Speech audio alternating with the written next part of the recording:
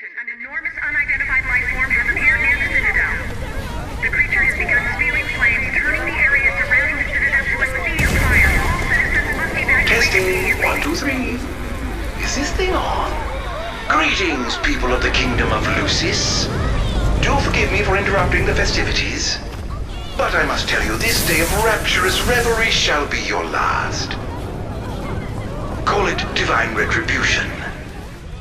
False kings and fraudulent nations are fated to perish. Sins of the past must not go unpunished. The time of reckoning is at hand. And today you shall atone on behalf of your forebears. Who is he? We've yet to ID him. Resist if you wish, but know that your fight against fate is a foolish and futile one. Whoever he is, it's clear he wishes us harm. You stay here. I am going to put a stop to this madman. And welcome back to part 59 of Final Fantasy 15, where today we're going to begin the meat of episode Ardyn. The real reason you play episode Ardyn, the whole of chapter 3. Where it just lets you go wild in the whole of Insomnia, well, after this first encounter to make sure you're ready to go, sort of thing. You get complete control to just fly around like a moron and unleash as much carnage as you feel free to do. And it's what makes this DLC so goddamn fun. It's just how much freedom and yet mobility options you have with it. Like, it's not a giant empty space. There's stuff to do, there's things to get. It doesn't overstay as well, because it's not too big. But now, as you might have noticed in the top left, it does score us. There is a rating at the end of the DLC, but the rating is not just on score, so if you grind out to get millions of points, you still won't get the A+. It's dependent on like how much damage you take in return, how quickly you do it, if you use any items, if you go into the death state any times, a whole host of things. Like, yeah, I still haven't got the A+, and like I try my best in this recording to set as high as an overall score as possible, like not as in just getting points, but as in like getting all the ratings, and I get an A at the end. Which I was a bit annoyed about, but oh well. Because it's like one of only 3 trophies I'm still missing in this game. Get the A+ in this, finish up the data logs in the main game, which thankfully doing the Let's Play has allowed me to clean up a lot of the ones I previously missed, so I can, when I feel like it, I'll wrap that up eventually. And then the last one is just be Ifrit and Comrades. I gave it a good few attempts, like way back when the update first came out. Kind of drifted away from it, did more of the Royal Edition stuff, like main content sort of thing, and then just never came back to try it again. But then obviously they fucked with Comrades a whole bunch, with it making its own thing and messing with the saves and all that shit. So I've left it until further notice kind of thing, until I know it's fine. Also, when you see those little like circles at you, it means someone's aiming magic at you. So look for archers more often than not. They're the ones that will shoot magic bolts at you. So also try and play well, because you do get ability points for this, similar to in the main game, and there is an ascension tree that Ardyn has, sort of like how Nox is in the main game, but they fittingly call it the descension tree instead, since Ardyn's supposed to be the opposite of Nox.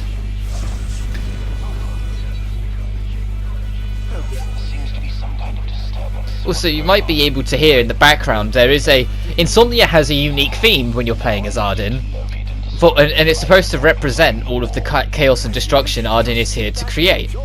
But if you listen carefully, if you're a Persona fan, like myself, you might recognise the singer. I've marked the location of all the devices they're using to amplify the wall. They seem to be positioned on rooftops around the city. Find them and destroy them. With pleasure. I'll be sure to keep you abreast of my progress.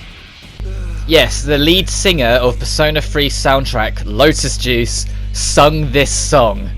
Like, that dude gets around. And it's not even subtle. I think everyone who's played Persona 3, or at least heard Persona 3 or Persona Q's music, or just any of the remixes from the 3 dancing games, you've heard Lotus Juice singing. You've all heard Mass Destruction.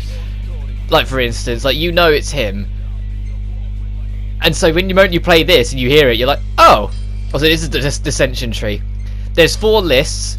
At the top, it's extra weaponry, but the main one I want to get for weaponry is the down on the D-pad. I will show them all off, but on down on D-pad, if you're in combat, you can spend your MP to build up the swords instead of having to do the demonification. The next one is basic combat abilities, like extra little things that you can happen in your combo. After that, it's stat boosts. Instead of leveling up, you buy the level ups using your dissension grid. Each one boosts you by about like 5 levels, I think. And then the last one is Ifrit, because you can give Ifrit more commands. Because right now, he only has 1 command. Also, Ifrit has a health bar, but similar to like the guest companions in the main game, Ifrit can't die. His HP will stop at 1.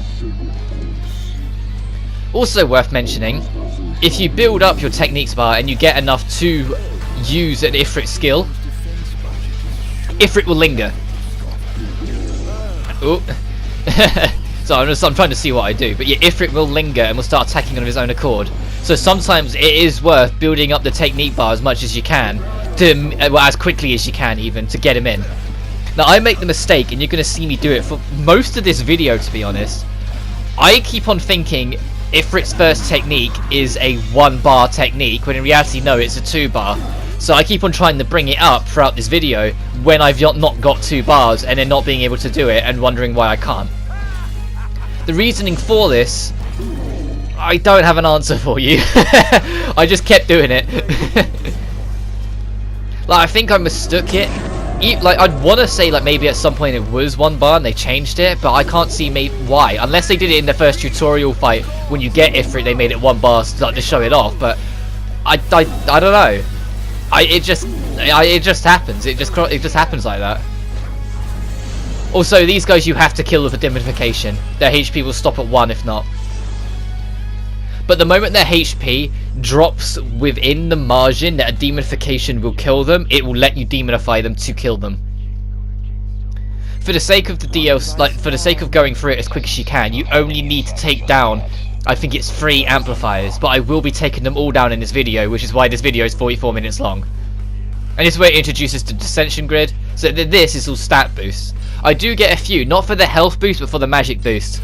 Because I like to be able to warp and dart around like a moron all the time, and the more I get to do that, the more fun Ardyn's gameplay becomes. Seriously, the best thing about Ardyn's gameplay in this is just how much freedom he has to move around. He takes 0 full damage because of his weird little glide thing. Additionally, if you want to boost your score, you need to destroy objects in the scenery. If you can like find a sequence of objects to destroy, you can build up a point multiplier of scenery destruction.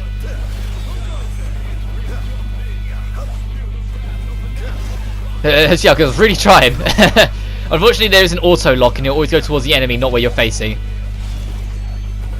Which is annoying. Like, going back to this after playing so much Devil May Cry 5, you know, doesn't have that like a bollocks auto lock. It threw me off. Like, Devil May Cry 1 and I believe 2 had an auto lock, but other than that, like 3 and 4 and definitely 5 did not. Can't remember the reboot, but I don't think that's necessarily a bad thing. Also, anything that has an edge or a point, you tap L2, you zip to it like Batman with his the bat zip. I forget what it's fucking called. The grapple. You know what I mean. But Ardyn's gameplay is just so fucking fun. Like, I hope they use this as a template for 16. Not obviously not make it exactly the same, like warping around sort of things. Oh, so it'd be like, okay, so you're just Ardyn the game.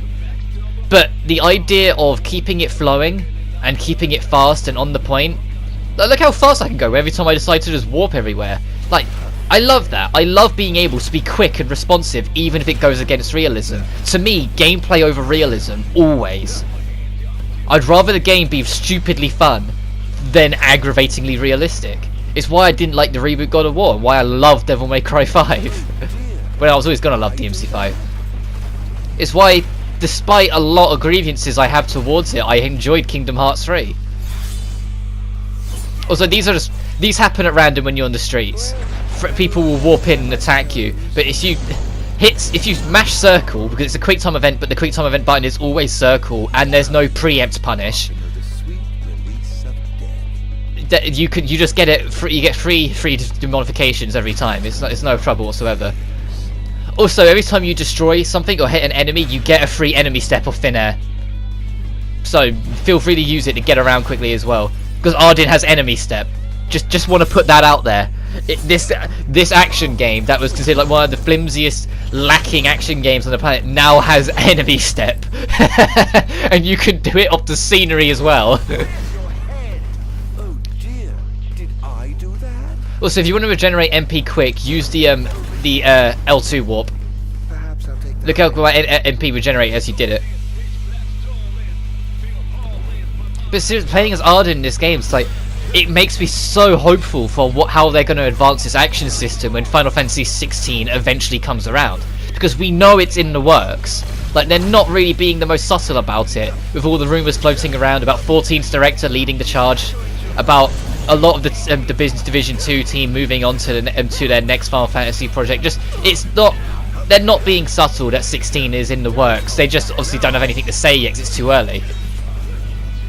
But I hope they take what they learnt from this and use it in full effect.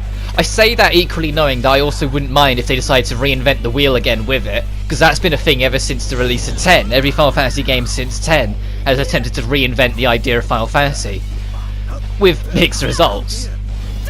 Like 12 I really didn't enjoy, but it has grown on me over the years, especially when Zodiac Age came out. They did a lot in its favour to make it more enjoyable.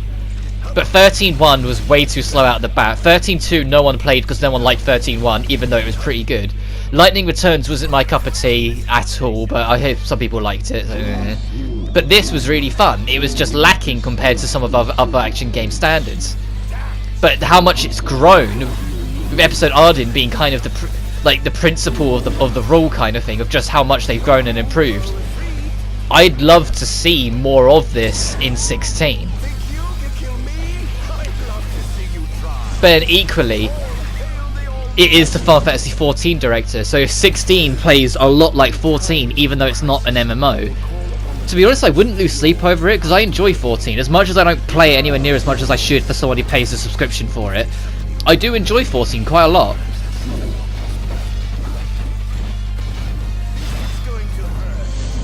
Anyways, we take down the second Fierce Guardian.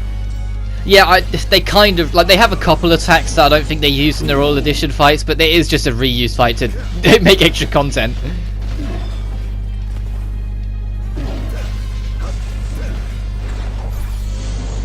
And I guess whilst we're doing all this, because we've still got one more to go before any kind of plotness happens, and even then it's only like a bit of dialogue.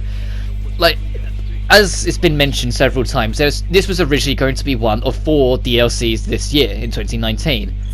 And there's going to be episode Ardyn, there's going to be episode Lunafreya, Aranea, and then Noctis. Or it was Aranea and Lunafreya and then Noctis. Well, it was all of them. And it was going to lead to an alternate ending. One that was going to be apparently more bittersweet, and one that paints Ardyn in a more, well, not to say a likeable picture, but in a picture people kind of wish he ended up in. Because as this DLC highlights, Ardyn was fucked over drastically by life as a whole. So his desire to be who he is well, it's not completely justified, but it's kind of justified. The god screwed him over, his brother screwed him over, like his lover inadvertently screwed him over. Like the world as a whole was adamant that he was not allowed to have things go his way. Like, very reminiscent of any college kid. Like, he just wasn't allowed to have anything nice happen to him. And so the idea of it going to be like another ending, that's just going to be an alternate ending away from the main game, that kind of gives Ardyn just a little bit of more closure kind of thing. I was down for the idea. I was interested in it, as long as they didn't try and canonize it, because I don't like it when they retcon deaths or like hard endings, like cold endings sort of thing. Like, if a character has died, don't retcon it out, because it just feels like cowardice at that point. It feels like you just lost your ball. Which was one of the biggest concerns, because like one of the best things about the yesteryear, especially of the classic Final Fantasies, they killed someone off, that was it. They couldn't go back on it. Like, there was no alternate way of saving Aerith. There was no alternate way of saving half Final Fantasy IV's cast. If they died, they died. That was it. But like, it's like the same reason why I'm kind of worried for the remake, because it's like, will they do it justice, or will they try and make a, oh, but the fans wish she didn't die, so let's retcon it so she lives, and like ruin the entire motivation Cloud has for the rest of the game. So, because his only real motivation at the start of the game is just to work out what the fuck's going on. And when he does find out what the fuck's going on, then Aerith dies, and then he has his motivation to carry on, to revenge.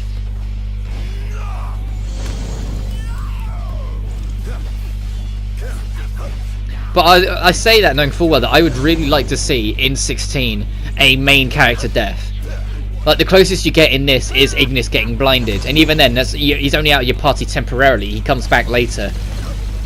And he might as well not be blind the way he comes back when it's in like the chapter 14 onwards.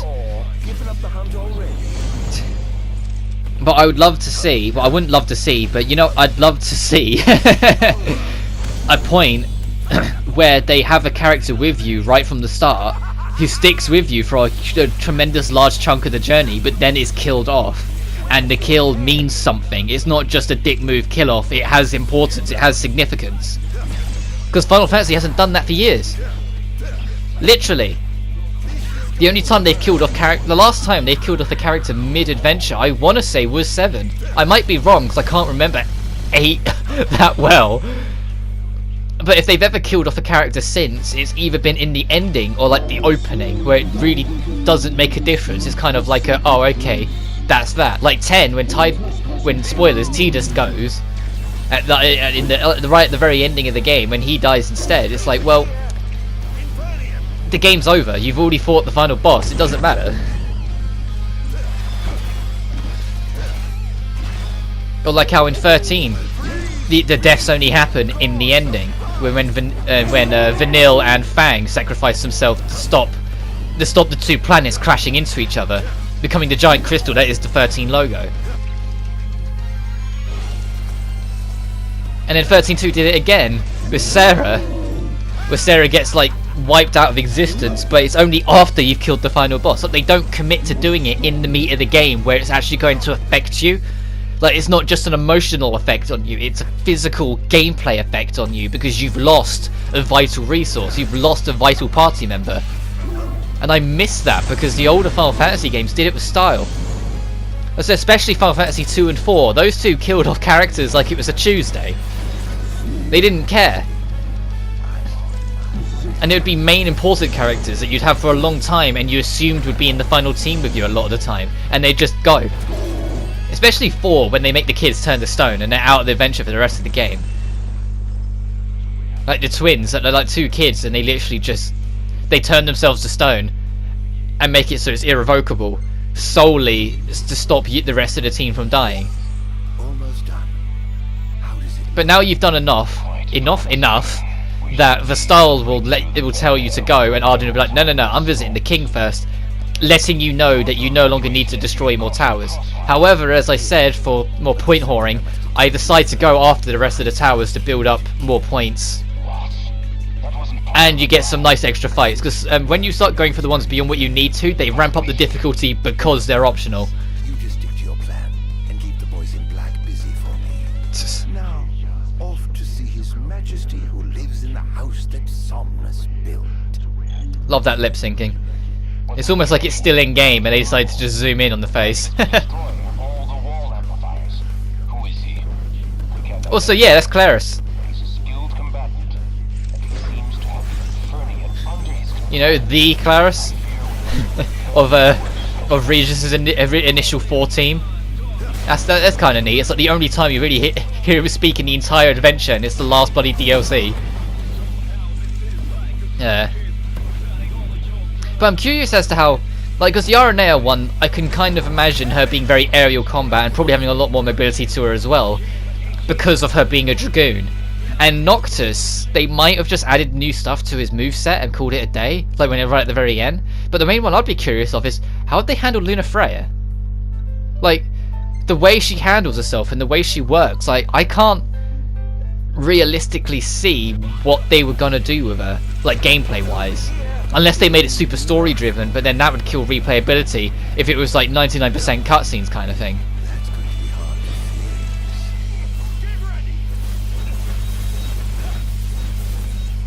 Well, unless like they could like take a nod and make it like a bit of a summoner, similar to like what V does in DMC 5, but And you'll see, like, at the very end of combat, since you can't do it out of combat, at the very end of encounters, I'll quickly tap down on the D-pad to refill my swords.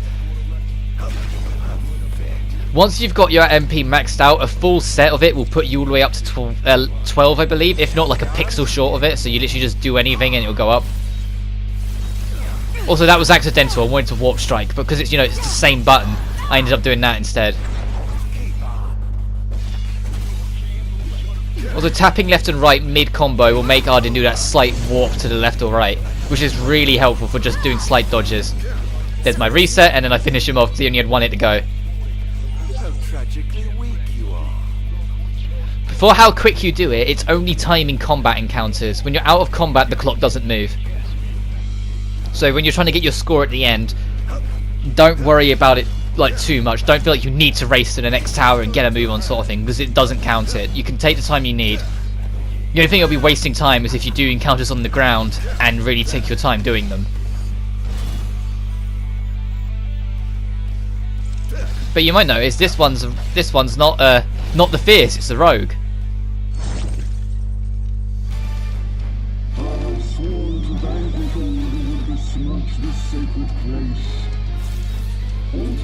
The rogue's probably more annoying of the two to deal with because of the fact she's so much faster, and in the main game you're supposed to use Prompto to just shoot her down because of how far away she is.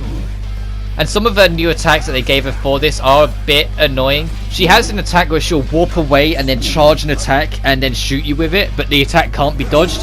But she becomes demonifiable like every time she goes to do it. So if you're quick enough on the draw, finding where she warps to, you can catch her on it. But you have to be bloody quick. Also, you might notice I keep on hitting the demonification and it doesn't kill. It's just what they decided to do for this. They can tank demonifications up to an extent. It's only when the health drops too low they no longer can. That was your warning that she's going to start warping. So if you pay attention to what she's doing, I get caught in this whirlwind attack unfortunately, but after a while she'll warp and then try and do like an explosion attack from a distance. It's that, but because I'm already stuck in mid-attack I get screwed here. So I just summon Ifrit and call it a day.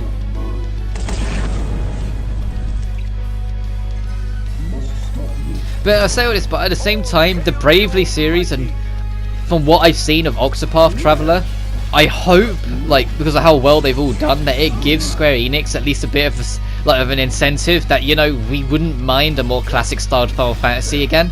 Like, if the next Final Fantasy came around and it was a turn-based JRPG, and it was a traditional set your moves, like the ATM system, or the active time battle system, not ATM, ATB, and like proper, like committed to it and made a modern version of it, I'd be happy. I'm sure a lot of people would be happy, to be honest. I think it'd actually sell really well because it'd be a return to form after all the experimenting.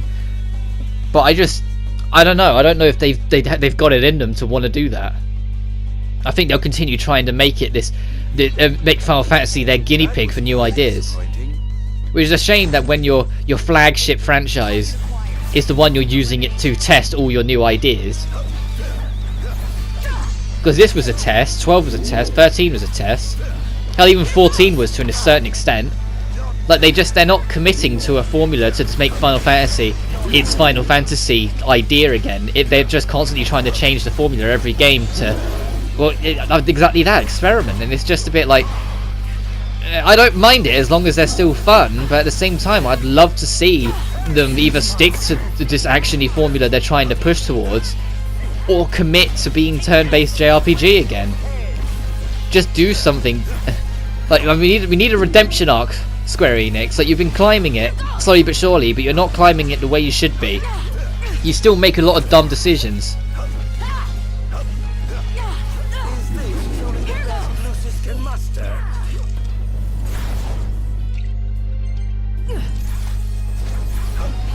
Also, yeah, some of these, well, I say some, I think this is the only one that does it on my run, but it's kind of random from what I can tell. When you finish one, sometimes you'll just get another onslaught spawn and lock you in. So you got to do extra. And most of them are frustrating, like really frustrating to deal with. Best thing to deal with shields is magic, so launch a fire gear at him. Because it's a protect, not a shell. Also, I get a free hit out of that as well. I don't know why that chained up. If you can catch more than a few enemies at once with the demotification, you can chain them all together and like rip through them and get a huge score boost for your troubles. But it's very finicky as to whether it wants to lock onto demotification for the giants, which I find kind of odd because they can be demonified, but it just won't give you the prompt. But other times they're not demonified, it'll just come up saying hit triangle again. Like, okay, why? Whatever.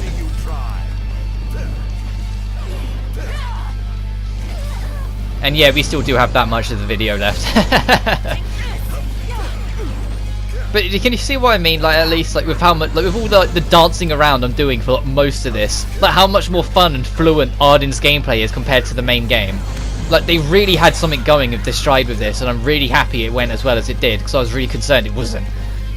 Especially because this is, you know, did come out in March, the same month as DMC5, and so I'm not saying that I was comparing it to it, but what I had adjusted to was definitely a higher standard than what the 15 up until this point had ever offered. So I was pleasantly surprised at how much more enjoyable this was, even if it's still not necessarily technical. Like, it's not the most technical exercise, you're still holding down circle to do your string of attacks, and then tapping left and right, and then holding square to dart around. But more's there than I gave it credit for them adding to this. Like, especially after this long since the game came out. Because it came out in the end of 2016. Like we're 2.5 years removed since this game's launch.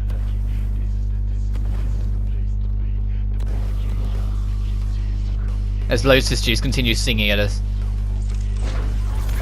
But I think that's the other thing that's a little disappointing with the DLCs getting cancelled. Like, I appreciate the decision made, and I completely understand if the guy, like the director, wanted to do something different, wanted to step away from Final Fantasy, because he'd been working on this for like years.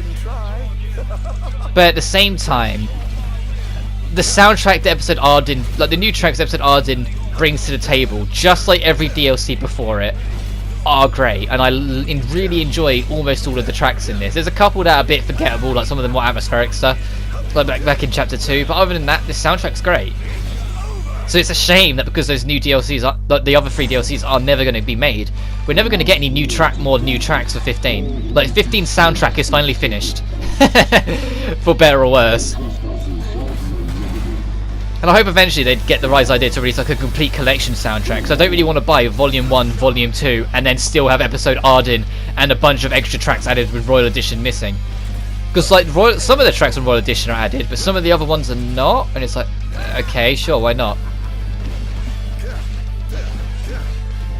So I hope they can, because if they do Volume 3, I think Volume 3 would be a waste, because there's only about 20 to 30 tracks in there, so they have to fill most of it with either remixes or a bunch of tracks of the, well, what we didn't get to put in because DLC was cancelled. But how relatively early they said that the DLCs were going to get cancelled, I doubt any new music was composed for it. Well, maybe for like the second DLC of the 4 might have had like the odd track like written, but I doubt any of them have been fully done yet, sort of thing.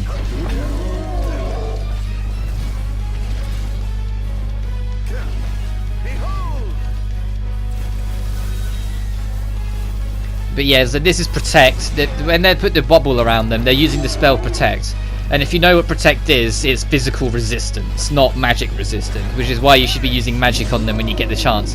Ardyn doesn't have any innate access to magic, but that's why you have Ifrit. Ifrit makes up for what you lack.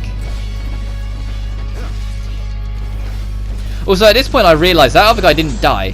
It was just because I hit a threshold of damage that it spawned this other one, not because I killed the Fierce Guardian. So I couldn't just run over him, like, what the fuck, come on.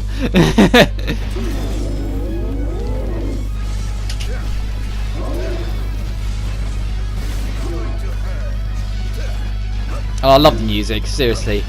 I know, that's like the running gag of this entire bloody Let's Play, that I keep on mentioning how good the soundtrack is, but it really is. It's one of the best Final Fantasy soundtracks in the series, hands down.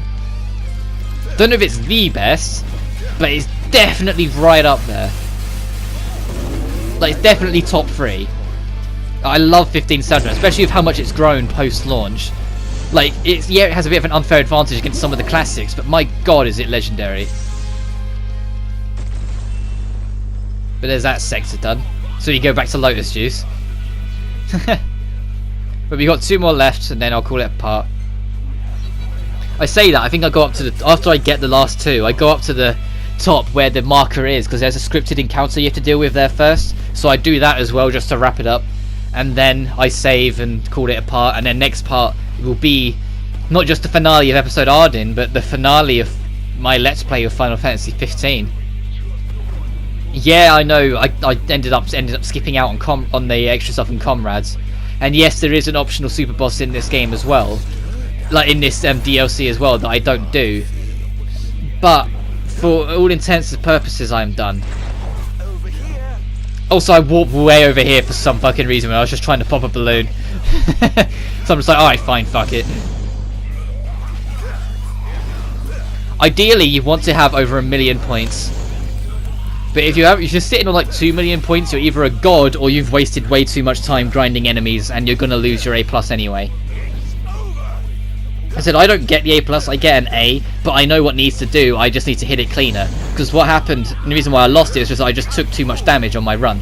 Oh dear, did I do that?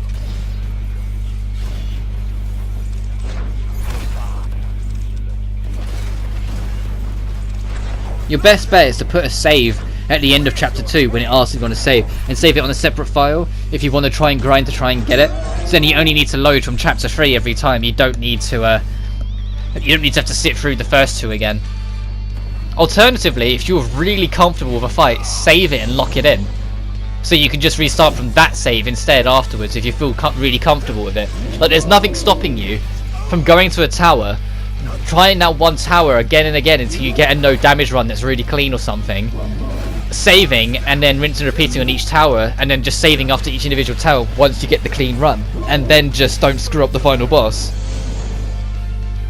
But in the final boss, the first fight of the final boss, yeah, you see me get hit a lot because it is a bit of a difficult fight.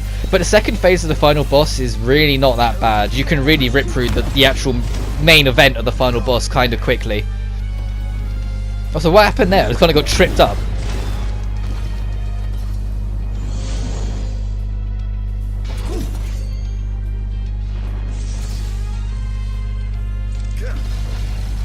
So now that's dead, I continue my press on. Most things, if you have played Royal Edition, a lot of Insomnia you will recognise, which I do enjoy. Like, they did like clean it up and add new stuff to it and whatnot, but at the same time, it's still the Insomnia you'll recognise if you've played Royal Edition. Well, hell, even if you played the base version of the game that has the incomplete final chapter, you'll still recognise some of it, just obviously less. You can't go into any of the underground subways though, unfortunately. It's entirely running across the top of the city. If you try to, they're all blocked and closed.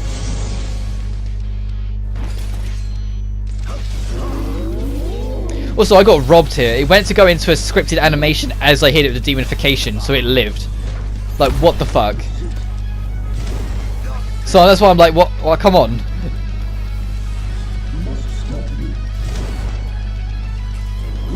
Eventually I was like, for fuck's sake, come here.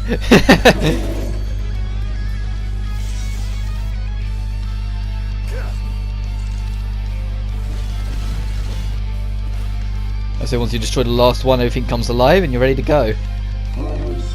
And you can see what I mean. Now you're going for the optional ones, they do step it up in how much they throw at you in one go. They really go overkill with it.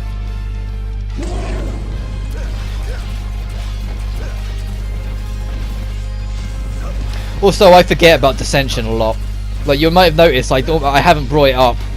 Like, as in, like, in the actual game, I haven't used it, like, once since right near the start. I do remember it either after this one or after the next one, and do start bumping myself up. But I genuinely just forgot about it. I was just enjoying playing and messing around again. So, like I said, episode Ardyn is great fun to just dick about in. It's definitely my favourite DLC. I've heard a few people say it's not the best DLC, and I'm like, what the fuck you on? Like, for each to their own, don't get me wrong, but really? Like, the gameplay in this is the best yet. Yeah, it might not be the most story heavy. Like, well, after the first 2 chapters, the story definitely takes a back seat for you to enjoy the gameplay. But gameplay is more important than story. The gameplay is the story complements a good game, not the other way around. And the gameplay for Ardyn is the most fun out of all the options available to us. And the story is pretty good, even if it's not the most focused compared to some of the others.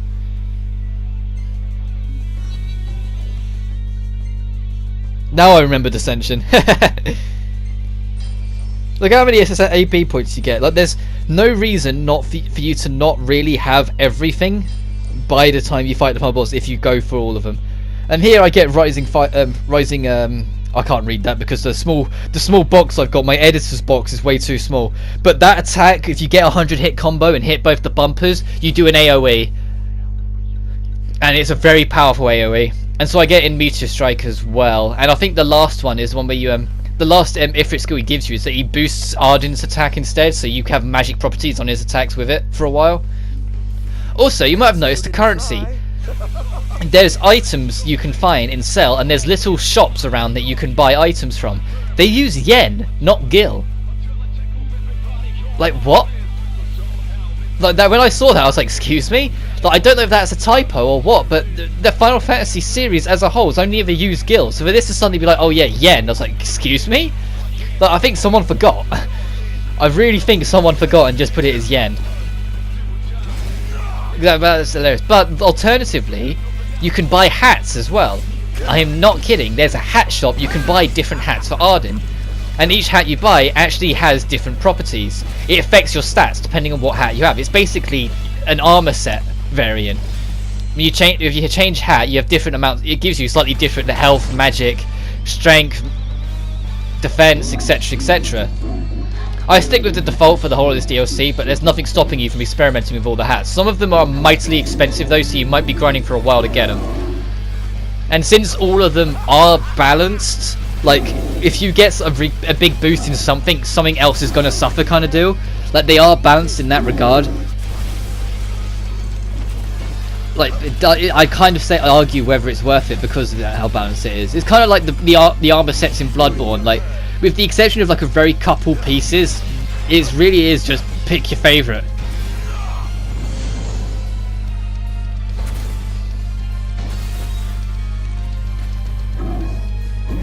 Also, when you fill up your bard to 12, you can use left on the D-pad attack, which is the tornado attack, which pulls enemies in and deals continuous damage. But the amount of damage it does is dependent on how many red swords you have out. Obviously, the cap being 12.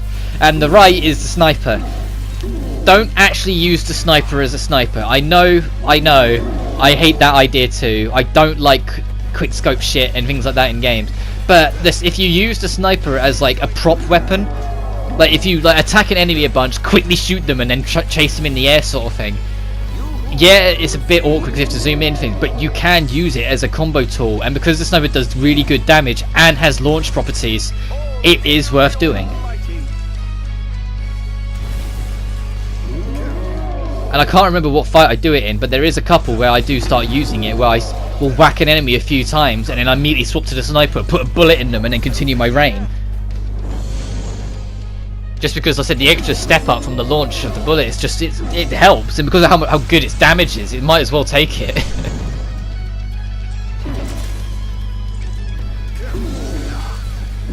We're nearly done with this chaos. There we go. Now, do I remember the dissension grid again? Now all the sections have been cleared. Or sectors. Every time you clear a sector, it does reveal where all the items and shops are for, so there's nothing stopping you from hunting every item, but it just drags. All the amplifiers have been destroyed. The enemy forces have begun their infiltration. I'm going in, as will I. No, Your Majesty. You must get to safety at once. I have sworn to safeguard the future of our nation, so I must be on the front lines. As you wish, Your Majesty. That's just their way of saying Claris doesn't get to be visible in the game. That's the thing, like, I guess they just ran out of budget for new character designs and whatnot, and mocap and whatnot, but yeah, you don't get to see Claris. And it is like going on a bit of a carnage spree because I didn't have as many points as I wanted, which was kind of the first red flag for me that I probably wasn't going to get the A+. Like, my score needed to be about 725,000. at this point, and it just wasn't. So I bip a few stuff around, build it up a bit more, and then eventually decide, you know what, I'm just going to clean it up as I go. Also, I get put here mid-warp strike, which is why Ardyn just floated for a second. So I immediately launched that, and you can see how powerful it is. Like, it ruins their day. So the only issue with it, though, is that you miss out on the demonification point bonuses by doing it. So it costs you to do it. Whilst Sniper, it's just a quick hit damage kind of thing. Also, all of these guys are a rank above what you've dealt with, so they will try and dodge you a lot.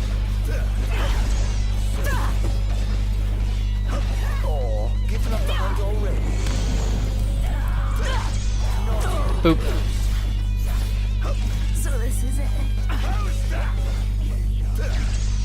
And it's nice to hear Darren DePaul have so much fun with this. Like, when you look at all the interviews and whatnot, he really had a ball doing this DLC.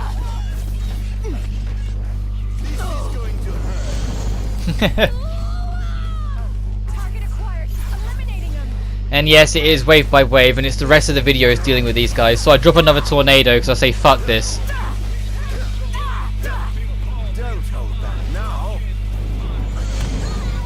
I do get a demonification somewhere in the middle of that, oddly enough.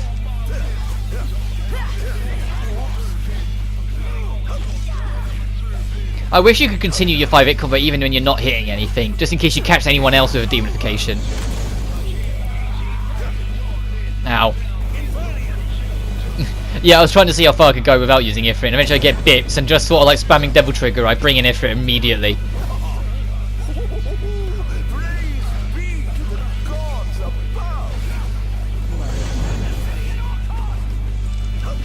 Because about now I'm at the points I should have been before I started this fight, which is why I was a bit like, eh. And I was half tempted to do a bit more destruction as well, but I eventually decided against it. But I do save right here, so in my own time I might load this save and try and see if I can just wrap up a bit of cleanup to try and get that the A+. But it depends how much patience I have, to be honest. But in all intents and purposes, I'm done with Final Fantasy 15, at least for now. I might come back to it again, like, many moons in the future in my own time, but I really was starting to feel the burnout with this. When you think about how long I've been at it, like, I started it March 2018, and it's now April, about to go into May 2019. Like, I've been at this for way too long than I care to admit, and it is, as much as I thoroughly love this game, it's tiring. Like, you can't play the same game for this long and not just burn out a little. It doesn't happen.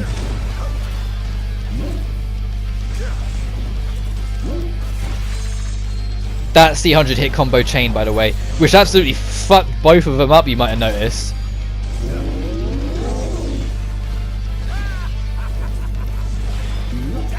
But you get a lot of points for using the these in the AoE, so feel free to if anytime you get 100 hits. I think that ends it. But of course, make yourselves at home. I have some other business to attend to, so I'll leave you to yours. So I'll do a bit more destruction because I want to build up my points. And then I'm going to call it a part. So, after I've destroyed everything and go and save, in your own time past me. Come on, yeah, okay, I get it. You want to destroy the city, but it's not that big of a deal.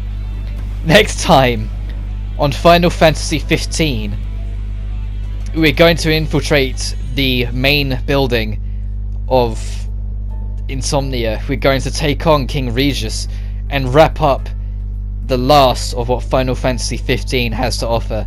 But until then, you guys take care now.